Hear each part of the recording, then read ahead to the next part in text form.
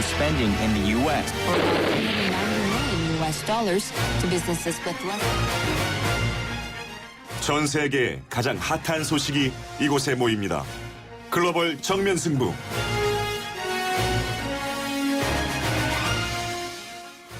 자, 글로벌 정면 승부. 오늘은 프랑스로 가봅니다. 어제부터 프랑스 파리에서 제21차 유엔 기후변화 협약 당사국 총회 열리고 있는데요. 이 파리 현지의 정지훈 리포터 연결해서 이야기 나눠보겠습니다. 나와 계십니까?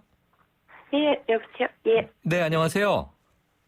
예, 안녕하세요. 네, 이 파리의 요즘 분위기 궁금한데요. 이 시민들이 테러의 공포에서 좀 벗어나서 안정을 찾고 있나요? 네, 테러가 발생한 지 벌써 3주가 다 되어가는데요. 네. 현재 파리는 예전의 활기를 되찾은 모습입니다.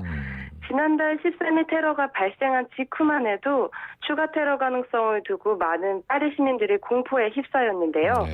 테러 당일 긴급 비상사태를 선포한 프랑스 정부는 현재까지 시민들의 안정을 위해서 파리 곳곳에 경찰력을 총동원하고 있습니다. 테러 이후에 또 감소할 것으로 예상했던 관광객들 역시 다시 파리를 찾기 시작했고요. 크리스마스와 연말을 앞두고 파리의 길거리는 많은 사람들로 북적이고 있습니다.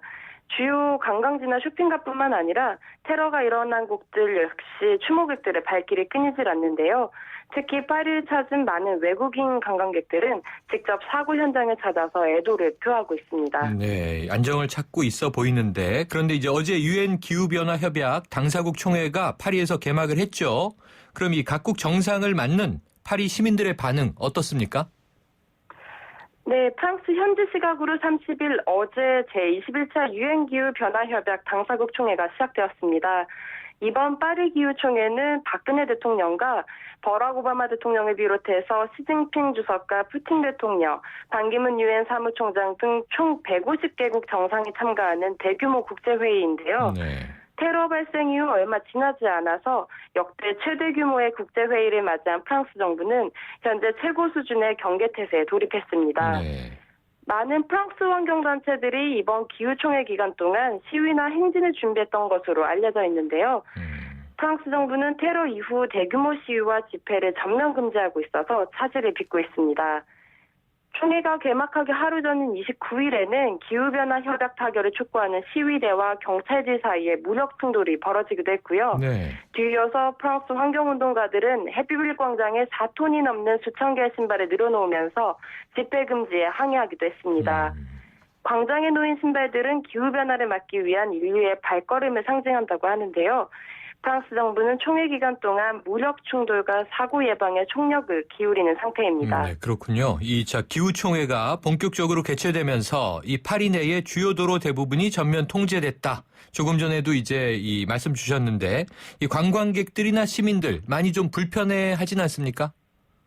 네, 그렇습니다. 기후총회가 시작되기 하루 전인 29일부터 파리 내 주요 도로와 지하철역이 모두 통제되었습니다.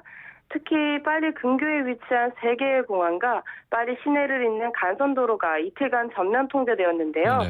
3개의 공항 중에서 국제선이 많은 샤르드골 공항과 오를리 공항을 이용한 외국인 관광객들의 불편이 컸을 것으로 보입니다. 파리 시내의 주요 도로들과 큰 역들이 통제되면서 시민들 역시 불편함을 겪었는데요.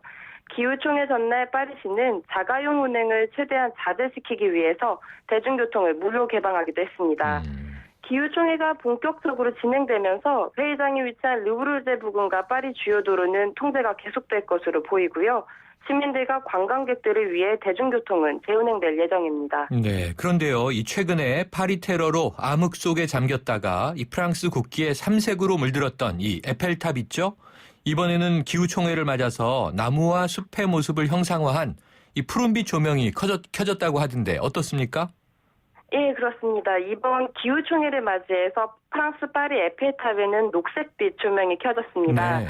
테러 직후 에펠탑은 프랑스 국기에 삼색을 밝히면서 조의와 애도를 표하기도 했는데요.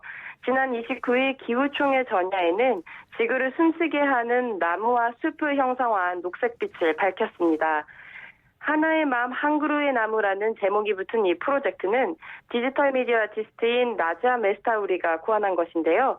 에펠탑을 포함해 파리에 위치한 역사적 기념물에는 기술과 자연의 융합을 모티브로 한 작가들의 작품들이 전시되고 있습니다. 네, 자, 파리 현지 언론들은요, 이번 기후총회에 대해서 어느 정도 관심을 가지고 있나요? 이번 21차 기후총회에 세계인들의 관심이 집중되고 있는데요. 2020년 이후에 지구온난화 대책에 합의하는 데 목표를 둔 만큼 프랑스 현지 언론과 국민들의 관심 역시 그 어느 때보다 뜨겁습니다. 프랑스 언론은 이번 기후총회가 교토 정서 이후 18년 만에 신기후 체제를 확립하는 기회가 될 것으로 예상하는데요. 당시 선진국에만 부과됐던 온실가스 배출 감소 의무가 개도국에도 과연 부과될 수 있을지 협약 체결 과정을 신중히 지켜보고 있습니다. 네, 오늘 소식 감사합니다. 감사합니다. 네, 지금까지 프랑스 파리에서 정지윤 리포터였습니다.